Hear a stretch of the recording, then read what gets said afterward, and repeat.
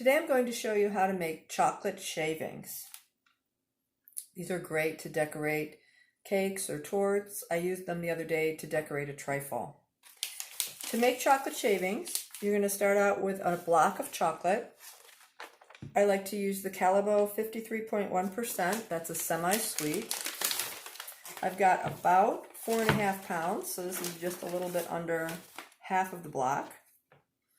You can buy a block of chocolate like this at stores that sell things by the pound. We have one in Ann Arbor, Michigan called By the Pound.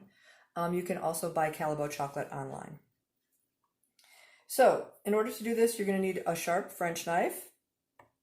You place your hands firmly on either side of the knife and hold it vertically to the chocolate, and you just scrape along the chocolate carefully. You're actually using your body to hold the chocolate still, and you just go back and forth all along the chocolate. It's actually very straightforward. There you have it. There are your chocolate shavings. Use the knife to transfer them to your project or to a bowl, whatever you're going to do. One thing you want to be sure to do when you're shaving chocolate is you want to be sure to move the chocolate around, turn it around.